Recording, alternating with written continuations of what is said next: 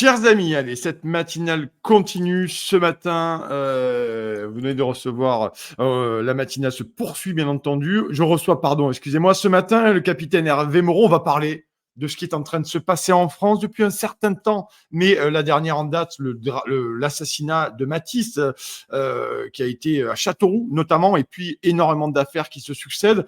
J'avais reçu Hervé il y a quelques semaines de ça pour en parler. Mais j'ai l'impression, Hervé, que quand je te reçois, eh ben, c'est toujours pire. Alors, je précise, toi, tu es capitaine de gendarmerie, tu connais bien ces sujets-là, tu les suis de très près, tu interviens dans les médias, notamment chez nos confrères de CNews, chez Morandini.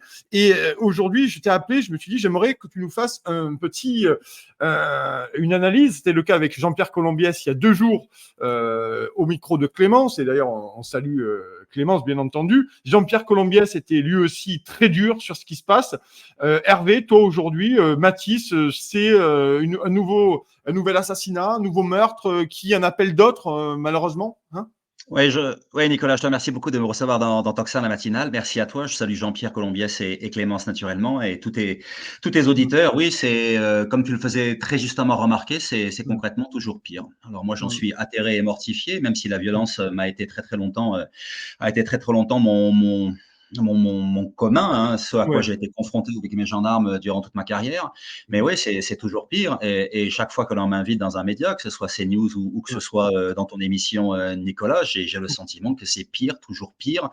Et surtout, je suis mortifié par le fait que les mesures qui sont prises par ceux qui pourraient agir ne sont pas les bonnes, que ce code de justice des mineurs qui a été promulgué en septembre 2021, qui remplaçait l'ordonnance de 45 qui avait été modifiée 40 fois, était quelque chose de parfaitement nécessaire. Mais hélas, elle a reconduit toutes ces mesures d'irresponsabilité pénale, d'atténuation pénale, qui ont donné à cette jeunesse de France à laquelle on a affaire aujourd'hui un sentiment de parfaite impunité.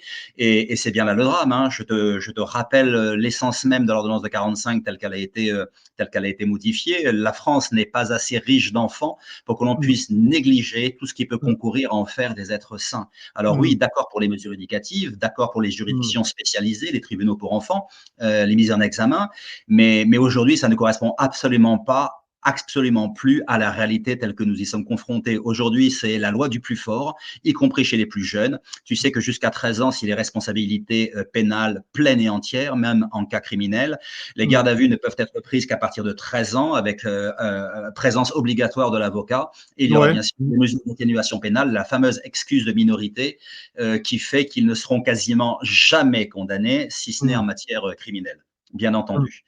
Toi, cet Et ensauvagement, Hervé, tu as été très longtemps sur le terrain, tu le connais, oui, notamment sur la jeunesse ouais. aujourd'hui. Comment tu analyses finalement cet Afghan qui poignarde Matisse, ces individus qui sont allés sauvagement assassiner Thomas il y a quelques mois, et j'en oublie Enzo et d'autres. Et finalement, comment tu perçois ça, cette jeunesse qui devient de plus en plus violente? On a l'impression qu'elle n'a plus du tout notion du bien et du mal, de la barbarie, de l'atrocité. Enfin, c'est terrible pour nous qui voyons ça de l'extérieur, non, parce qu'on est dans les rues comme tout le monde. Hein. Il y a même plus de manichéisme, Nicolas. Il y a effectivement, comme tu l'as précisé, même plus de bien ou de mal, c'est la loi du plus fort, point. C'est l'instantanéité. Alors une bonne partie de la jeunesse vit dans le présent, hein. Le passé, il en a Ouais. rien à cirer. Mmh. L'avenir, peu leur importe, ils sont dans le présent. Et le présent, c'est le rapport de force. Le présent, c'est l'instantanéité de la réaction. Le Mmh. présent, c'est je me fais justice moi-même parce que j'ai décidé que mon honneur avait été, touché pour une Mmh. insulte, pour une remarque, pour un rien. Mmh. Parce que bien sûr, la sphère éducative a abandonné, on ne l'ignore pas, l'éducation nationale, et Dieu sait pourtant que de nombreux enseignants se battent, mais Dieu sait que le pas de vague a fait des Ouais. ravages. Mmh. Beaucoup à ce niveau ont lâché, Mmh. se sont tus. La sphère éducative, la sphère familiale, bien entendu, a énormément renoncé également. On ne compte plus non plus les bébés allocs. Hein. Hélas, j'ai été assez confronté moi-même dans ma carrière. Ces Ouais. parents qui n'assument plus leurs responsabilités, c'est cette jeunesse qui est livrée à elle-même, mais je ne veux surtout pas lui trouver d'excuses. Je ne veux Mmh. surtout pas lui trouver d'excuses parce que c'est une jeunesse qui a conscience de ses actes, qui est pour une bonne part a du vice en elle, qui prend souvent les raccourcis les plus faciles par rapport à l'argent, par rapport à la notoriété, par rapport à tout ce dont ils sont friands, les réseaux sociaux notamment, et les réactions sont immédiates. Et le fait qu'ils bénéficient de fait, et ils le savent, d'une irresponsabilité pénale, de mesures d'atténuation pénale, fait qu'aujourd'hui, ils s'autorisent tout. Tu as évoqué Enzo, on va parler Ouais. du Kamati si tu le souhaites, mais avant Mm. cela, il y a eu bien sûr Alisha Oui, Akraï en oui, oui. 2019. Moi, ça Mm. m'avait scandalisé, Ouais. poignardée et brûlée Ouais. vive. Il C'est. y avait la petite Alisha Mm. à Argenteuil, hein, noyée vive dans la Seine. Mm. Ces assassins ont pris 10 ans. Hors cas criminel, il ne leur arrive rien. Et au niveau des tribunaux pour enfants, Ouais. ils sont jugés souvent très tardivement. Il n'y a bien sûr jamais d'incarcération. Il n'y a jamais rien à leur encontre. Et du coup, ça nourrit bien sûr l'impunité dont ils se prévalent aujourd'hui. Et le Kamati, c'est extrêmement révélateur de ce fait. Ce jeune Mm. Afghan en présence régulière sur le territoire français, qui s'était rendu coupable une semaine avant d'un, je le tiens à le préciser, hein, qui était placé sous Ouais. contrôle judiciaire pour vol Mm. avec violence, c'est-à-dire qu'il avait monté un guet-apens pour voler un portable à la suite d'une annonce sur un réseau au moyen Mm. d'une arme. C'était vol aggravé, vol avec violence. Il Mm. encourait déjà une peine assez lourde et il avait été simplement placé sous contrôle Mm. judiciaire parce qu'on ne peut pas faire grand-chose d'autre. Et une Mm. semaine après, bien sûr, le meurtre de Matisse. Alors, meurtre parce que l'article 221-1 du Code pénal, comme tu le sais, et pas assassinat parce que le procureur de la Mm. République de Châteauroux n'a pas relevé la préméditation. Là, il encourt, s'il avait été adulte, 30 ans de prison ferme. Ah Et au ouais. final, bon, ben, on le sait, ce sera 10 ans. Il va prendre Mm. certainement 10 ans, voire même un peu moins. Et Mm. sa mère, sa complice, hein, qui a frappé Matisse alors qu'il se trouvait au sol dans une mare de sang, qu'il se vidait de son sang, a fini de l'achever et elle est inculpée de violence volontaire. Donc c'est absolument Mm. monstrueux parce que Mm. celle qui aurait dû l'éduquer, celle qui aurait dû le raisonner, s'est rendue Ouais. complice d'un acte absolument abominable. Mm. Donc c'est encore une Est-ce que, progression Hervé, est-ce que c'est révélateur, cette histoire, mais tragique et sordide, effectivement, cette mère de famille qui va frapper un gamin qui a été poignardé par son propre fils? Est-ce que ça, c'est symptomatique? Est-ce que ça nous dit, ça nous éclaire sur ce délitement de certains parents? Cette espèce de folie, quelque peu, entre guillemets, bien entendu. Moi, je n'imaginais pas cela, tu vois, concevable, Mm. et Ouais. pourtant c'est arrivé. Effectivement, on est rattrapé par la réalité. La Mm. réalité dépasse la fiction, comme on pourrait le dire. Et oui, c'est absolument affolant, mais ça permet aussi de rebondir sur l'autodéfense. Alors, Mm. l'autodéfense est souvent vertueuse, hein, on y est revenu souvent. Dans ces quartiers, ces zones de non-droit, quand on désespère de l'action de l'État, quand on désespère de la capacité de l'État à nous protéger, certains font acte d'autodéfense. Là, on est dans une logique totalement autre et contraire. Ils sont décidés de se faire justice eux-mêmes en fonction d'une prétendue loi du talion qui Mm. échange la mort contre une simple insulte. Alors après, on Mm. pourrait m'objecter que le Matisse, suite à des insultes, suite à des difficultés qu'ils avaient l'un avec l'autre puisqu'ils se connaissaient, avait Mm. subi un coup de poing de la part de Matisse, mais enfin, il s'est vengé en appliquant un code qui lui est propre, en faisant sa propre loi Mm. et en décidant de sa mort avec la complicité de sa mère. Donc Mm. ça, on ne peut nier que c'est une évolution extrêmement Mm. préjudiciable et qui ne peut que nous imposer de nous interroger très largement sur ce qui ne va pas dans notre société. Pourtant, j'avais cru comprendre que les magistrats, et c'est bien normal que les juges, il y a quelque chose qu'ils ne supportent pas, c'est on rende justice soi-même, parce que ça décribilise totalement l'action de la justice et le fait dans une société comme la nôtre de pouvoir, à un moment donné, aller poser devant un juge ses problèmes et être finalement des parties à ce niveau-là. Est-ce que là, en plus, il me semble, circonstance encore plus aggravante, la vengeance pour la justice française.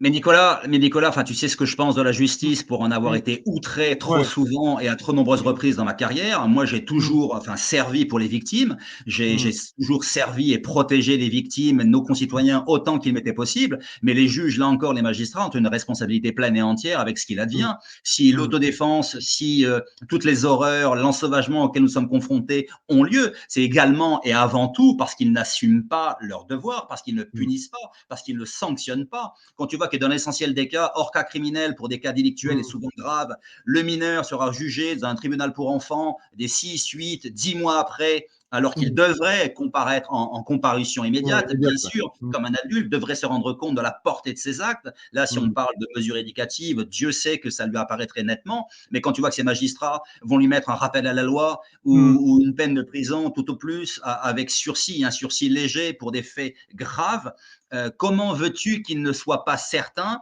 de sa parfaite impunité? Enfin, mets-toi à sa place. Ce sont des gens violents, ce sont des gens qui sont déjà liés à des phénomènes de gang, quelquefois très prématurément, et notamment dans les cités par rapport au trafic de stupéfiants.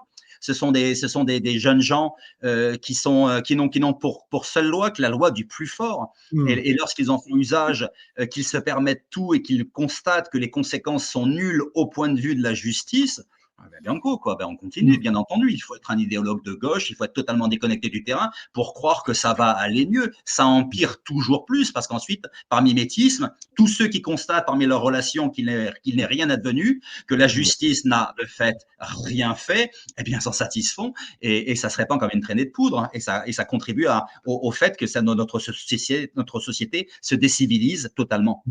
Donc, j'imagine que tu ne souscris que peu ou pas du tout, je connais un peu avant ta réponse, à une certaine gauche qui finalement qui exonère ces actes-là de mineurs ou de majeurs, de jeunes majeurs, finalement en liant la criminalité, la délinquance, la violence et la barbarie à une certaine forme de paupérisation, de pauvreté de toutes sortes. C'est faux. C'est faux. Voilà. C'est faux, c'est totalement faux. J'ai eu affaire dans ma carrière à bien des personnes pauvres, ayant des difficultés à s'en sortir, travaillant dur, mais l'essentiel de nos concitoyens sont des gens parfaitement honnêtes, sont des gens d'une probité absolue, qui payent leurs impôts, qui travaillent dur, qui se lèvent le matin, qui font ce qu'ils peuvent pour éduquer bien leurs enfants. Et il n'y a aucun lien entre pauvreté et criminalité et délinquance. Bien au contraire. C'est dans la valeur travail, c'est dans le fait de respecter les lois, d'être éduqué, de contribuer au vouloir vivre ensemble, qu'on a une attitude et un comportement qui sont en phase avec les attendus de la société. Ces gens-là, ces idéologues de gauche qui te feront cette connexion et ce lien sont totalement hors sol. Ça, c'est du clientélisme vis-à-vis de certaines communautés, vis-à-vis de certaines minorités, et je la nie farouchement. Nous, toi comme moi, enfin, on était tellement confrontés au terrain, aux réalités, au regard de ceux à qui nous avons affaire, au regard de ce que nous avons dû constater. Nous savons où se trouve la vérité, la réalité. Et la vérité, c'est qu'une société organisée et digne de ce nom a besoin de sanctions. A besoin de sanctions. Moi, je suis partisan de toutes les mesures éducatives que tu voudras, mais à compter du moment où quelqu'un, homme ou femme, enfant ou adolescent, fait le mal, passé l'âge de 13 ans notamment, où il devient responsable pénalement, il se doit de payer si on veut le lui faire comprendre. Autrement, ça ne fera qu'empirer. Moi, ma position est claire. J'ai été confronté également à la violence des mineurs. Hein. J'ai été, dans mes fonctions de capitaine de gendarmerie, eu à constater des actes d'incivilité, de violence, de destruction, de vol aggravé. J'ai été insulté. Certains de mes gendarmes ont pris des coups de la part de jeunes gens de 15 ou 16 ans qui ne respectent absolument plus l'uniforme, et partout en France. Et là, on peut faire une référence à Thomas et à Crépol, bien entendu. Et ces gens-là, bien sûr, bénéficient de cette irresponsabilité pénale de fait, de ces mesures d'atténuation pénale. Et moi, la mesure est claire. La majorité sexuelle est fixée à 15 ans dans notre pays, tu le sais bien, Nicolas. Tant qu'on n'en sera pas venu à la majorité pénale à 15 ans, nous n'en sortirons pas. C'est aussi simple et aussi clair que cela. On peut prendre la problématique par le bout que l'on souhaite. Tant que la majorité pénale n'aura pas été fixée à 15 ans, tant qu'ils ne risqueront pas ce que risque un adulte, en l'occurrence pour un assassinat, 30 années de prison ferme, avec un discernement plein et entier qui est acquis à l'âge de 15 ans. Ils savent ce qu'ils font. Ils savent pourquoi ils le font.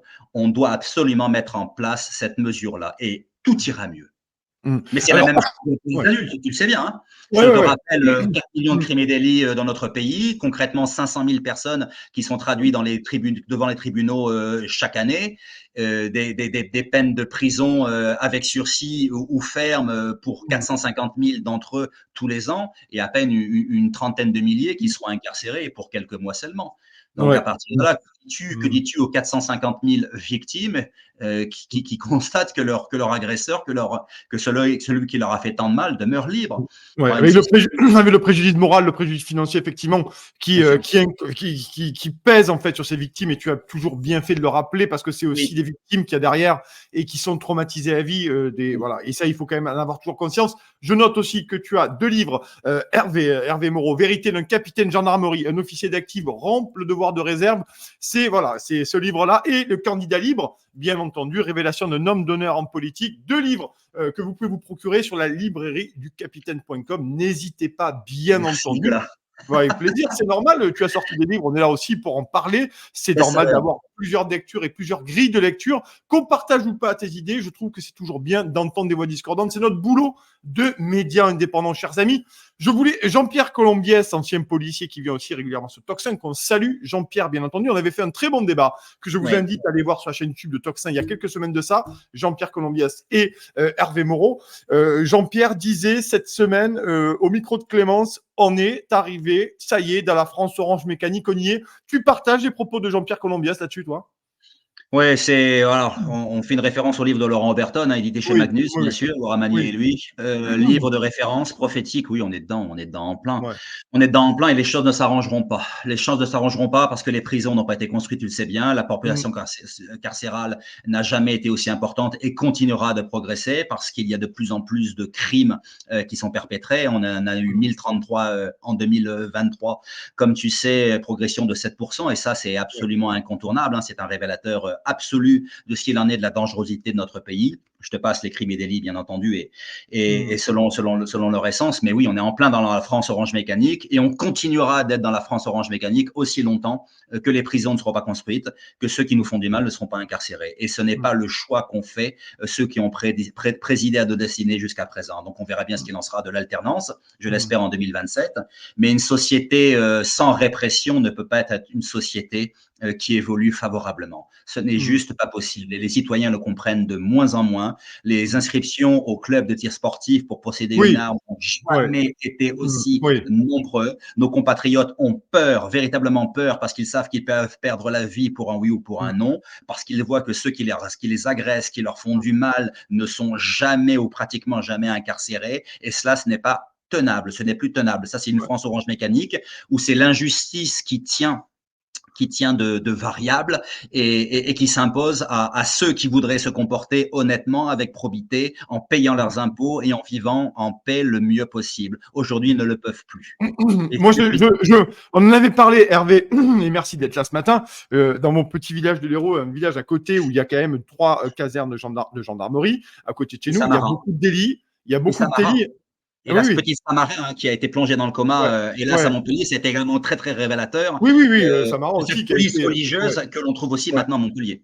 Oui, alors Montpellier, ça devient véritablement une ville qui est en train de basculer depuis 4-5 ans dans l'ultra-violence. On en parle très peu dans les médias, mais je vous invite à aller voir la presse locale Midi Libre au métropolitain et vous allez voir les agressions tous les jours dans les transports en commun, en pleine ville, en pleine journée. Ce qui se passe à Montpellier mériterait de faire des reportages entiers parce que cette ville est en Oui. train de véritablement sombrer dans quelque chose et j'ai beaucoup de gens qui ne vont plus à Montpellier le soir pour profiter de la belle vie montpelliéraine puisque c'est quand même une très belle ville Montpellier avec pas mal de petits restos, de petits bars et tout. Et voilà. Et je veux dire là-dessus, on en avait déjà parlé sur la capacité des gens à un moment donné à se regrouper aussi. Un petit village près de chez moi, beaucoup de cambriolages, beaucoup de voies de fait, beaucoup de dégradations.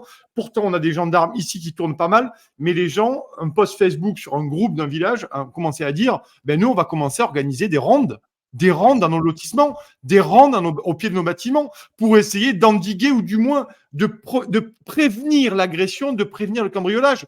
Là, à un moment donné, c'est le recul de l'État et les gendarmes font bien ce qu'ils peuvent aussi parce qu'ils ont les moyens qu'on leur donne. Hein. Il peut pas être partout tout le temps. Non. Concrètement, moi, tu vois, ça m'inquiète. Véritablement, ça m'inquiète parce que là, on est en train de basculer dans quelque chose qu'un jour, on ne maîtrisera plus. Ça, c'est le plus grand signal, Mm. Nicolas, de la faillite de Ouais. l'État, de la faillite Mm. des politiques qui sont censés agir et qui ne font rien ou qui font si peu. Mm. C'est le développement, c'est le prémisse de l'autodéfense, hein. Oui. C'est cette Ouais. autodéfense, ces groupements citoyens Ouais. Mm. qui se développent maintenant partout en France, hein. Mais on Nantes, l'a vu Grenoble. pendant les émeutes en juillet dernier, on avait déjà parlé, Hervé, Oui, on d'ailleurs. en avait parlé. Là, les émeutes avaient également un très très grand signal. Le président, je Mm. crois, avait évoqué leur oisiveté de manière Oui, oui. totalement déconnectée et Il libre de sortait trop tôt de structure. l'école. Il sortait trop tôt de l'école le soir. Ça avait été purement et simplement hallucinant, mais oui, les citoyens en ont assez, ont constaté Ouais. la faillite de l'État pour ce qui relevait Mm. de sa mission première consistant à les protéger. Mm. Eux veulent, dans leur cadre de vie, pour leur vie au Mm. quotidien, ne veulent Mm. pas qu'on leur prenne leurs biens, ne veulent pas que leur domicile soit saccagé, vandalisé, cambriolé, et donc bien sûr, ils s'organisent. Ils s'organisent de plus en plus. Donc oui, pour répondre à ta question, oui, ces groupements vont se développer de plus en plus avec l'aide des réseaux sociaux, avec l'instantanéité que l'on Ouais. connaît, de manière à ce qu'ils puissent assurer leur sécurité et celui de leurs enfants. Aujourd'hui, Mmh. une femme ne peut plus sortir seule la nuit, tu le Mmh. sais, sans risquer d'être agressée. On a ce phénomène de décivilisation, de Mmh. barbarie, d'ensauvagement. Le pire peut advenir Mmh. partout. Et ça avait été le très Oui, grand enseignement de oui. Crépol avec Thomas, C'est mais nous partout, oui. savions, bien Ouais. entendu. Moi, à Mmh. mon niveau, au sein de la compagnie de gendarmerie départementale de Beaune, j'avais déjà constaté à quel point Mmh. tout advenait en tout temps et en tout lieu. Mmh. Et aujourd'hui, cette réponse citoyenne à ces problématiques de délinquance et de criminalité est extrêmement révélatrice de l'état de déliquescence Mmh. complet dans lequel sombre notre pays. Oui, la France devient orange mécanique et elle le deviendra toujours plus jusqu'à ce qu'enfin nous ayons des politiques dignes de ce nom. Parce que bien entendu, quel que soit le travail remarquable et Mmh. excellent que puissent faire les forces de police et de gendarmerie, tout ne Mmh. dépendra d'une volonté politique. Moi, tu le Mmh. sais bien, hein, je te l'ai dit Mmh. souvent, Nicolas, mes gendarmes et moi-même, nous avons été écœurés par le Mmh. fait que ce que nous faisions au quotidien, nous avions la certitude que ça ne servait à rien, puisque ceux Mmh. que nous interpellions pour des faits souvent graves étaient systématiquement ou quasi systématiquement Mmh. relâchés, que les victimes éplorées nous demandaient mais ils restent dehors. Oui, hélas, ils restent Ouais. dehors parce que les Mmh. prisons n'ont pas été construites, parce que les magistrats sont pour une bonne part laxistes, parce qu'ils relâchent et parce que vous n'obtiendrez pas réparation. Moi, on m'oppose souvent les États-Unis et la France. Les États-Unis qui comptent 2 millions de personnes emprisonnées, comme tu le sais. Si on avait Ouais. la même politique pénale et la même répression, nous aurions en France pas 78 000 personnes emprisonnées, mais 400 000. C'est de ça dont on parle. Et mes camarades qui vivent aux États-Unis d'Amérique me disent, Hervé, ça ne change rien, la violence est toujours présente, mais au Mmh. moins, quand il nous arrive quelque chose, on a la satisfaction de savoir que Ouais. celui qui nous a fait tant de mal a Mmh. été emprisonné et paye. Là, Ouais. aujourd'hui, en France, on te fait du mal, on s'en prend à ton intégrité physique ou à tes biens, et tu as la quasi-certitude que celui qui l'a fait n'aura pas à en répondre aussi peu, qu'il n'aura Mmh. rien à payer. Et ça, ce Ouais. n'est pas tenable. Et en plus, je pense qu'on en avait déjà parlé, Hervé, là-dessus, mais j'aime toujours insister à ce sujet tout de même. On a quand même un deux poids, deux mesures. On l'a vu pendant les Gilets jaunes, on l'a vu pendant plusieurs manifestations de Français en colère, où là, la répression est impitoyable, implacable. Je veux dire, à un moment donné, je pense que l'idée même de la volonté politique, elle est au cœur de ce qu'on appelle les forces de l'ordre républicaines. Dire, on n'hésite pas à aller réprimer des manifestations de Français qui sont dans le besoin, qui n'en peuvent plus, qui n'arrivent plus à bouffer. Je suis désolé d'être trivial. Oui, Et puis, oui. par contre, là, on laisse tout faire. Donc, je pense que ça ne fait que renforcer le deux poids, deux mesures et une espèce d'idée que, aujourd'hui, on tape toujours sur les mêmes. Voilà. Nicolas, tu le sais, j'ai commandé un escadron de gendarmerie mobile il y a une quinzaine d'années de cela. Mmh. J'ai eu à intervenir sur des manifestations, bien sûr. Moi, j'ai toujours privilégié autant que faire se peut le Ouais. dialogue. J'ai eu à avoir été confronté dans ma circo aux gilets jaunes, hein. Je me Ouais. suis toujours rendu sur les ronds-points, j'ai Ouais. toujours échangé. Je n'ai jamais utilisé la force, absolument jamais, parce qu'effectivement, c'était des gens Mmh. qui peinaient à survivre. C'est ça Mmh. dont on parle. Et oui, le deux poids, deux mesures, mais qui s'applique aux personnes honnêtes, Mmh. surtout Mmh. lorsqu'elles manifestent pour des raisons souvent justes et avérées. Et par Mmh. contre, pour tout ce qui relève des malfrats, des truands Mmh.